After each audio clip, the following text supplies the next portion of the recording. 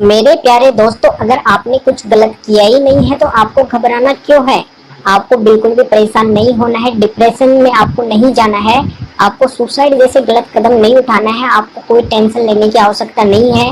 आपकी पत्नी ने अगर आपके साथ में गलत किया है तो परेशान उसी को होना पड़ेगा, वही उस मामले के अंदर फंसेगी। अंत में आपकी विजय होने वाली है, आपको बिल्कुल भी टेंशन लेने की आवश्यकता नहीं है।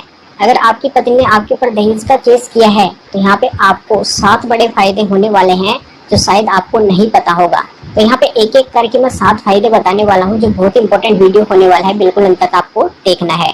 तो यहाँ पे पहला फायदा ये होने वाला है कि अगर आपकी पत्नी ने आपके ऊपर दहेज का केस किया है तो उस FIR के अंदर आपको ये देखना है कि कहीं वो दहेज देने की बात तो उस FIR के अंदर नहीं लिखवाई है।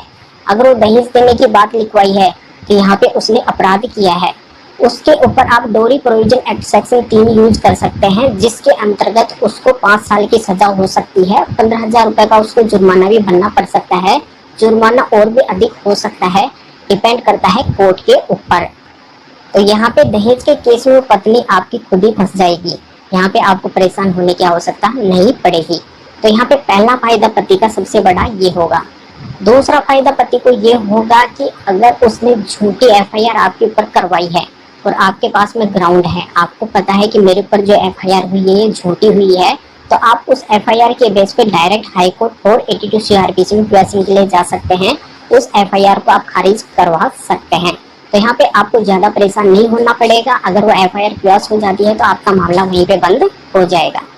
तीसरा बड़ा फायदा पति को ये होगा कि जैसे ही वो FIR क्लोज हो जाती है दहेज की, तो यहाँ पे फिर पति उस पत्नी के ऊपर IPC 211 की कार्रवाई करवा सकता है। यहाँ पे उस पत्नी को उतनी ही सजा होगी जितनी सजा वो पत्नी पति को करवाना चाहती थी। तो यहाँ पे IPC 211 की कार्रवाई उसके ऊपर बनती है। यहाँ पे चौथा बड़ा फायदा पति को ये होता है कि अगर पति के पक्ष में मामला आ जाता है, क्लॉज वगैरह अगर वो मामला हो जाता है, यहाँ पे वो मामला खारिज हो जाता है, तो पति उस मामले के आधार पे अगर डाइवोर्स लेना चाहता है तो उसको इजीली डाइवोर्स भी मिल जाएगा। तो यहाँ पे ज्यादा परेशान पति को नहीं होना पड़ेगा।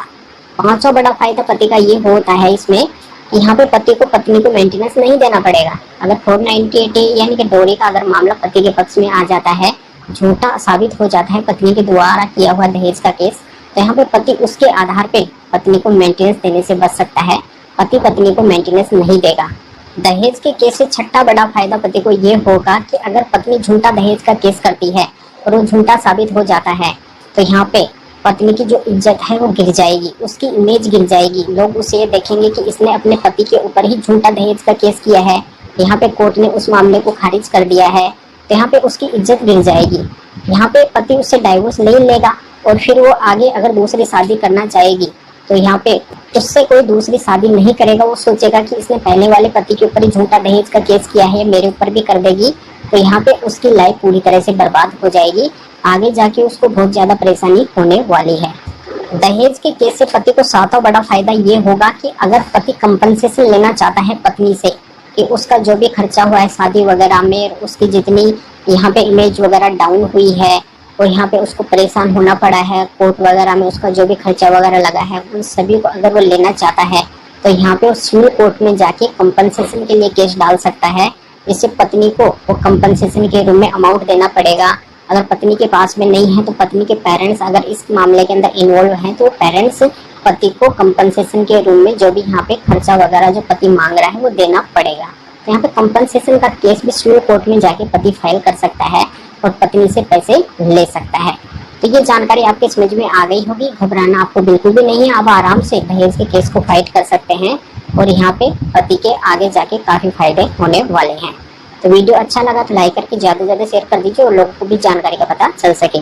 तो फिर आगे मिलेंगे आपसे नए वीडियो नए टॉपिक के साथ में। आप सभी का बहुत बहुत धन्यवाद।